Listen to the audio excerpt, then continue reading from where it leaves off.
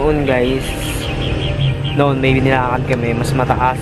Yung unang palapag niya pa lang, nung sa Grotto Banban, 162 layer yung inakyat nila doon. Pero dito, siguro, di ako sigurado kung nasa 150. Hindi ko alam kung meron pa siyang pataas. Pupunta na kami ni Borge doon.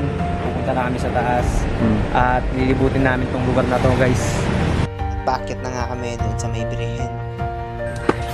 Ahas lang kalaban dito. Tama ang narinig nyo dahil masukal na ang daan kaya maraming ahas dito.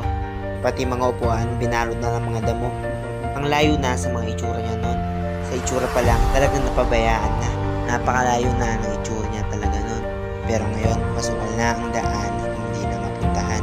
Noon ay napakaganda at presko sa mata. Pero ngayon, kinakain na ng panahon.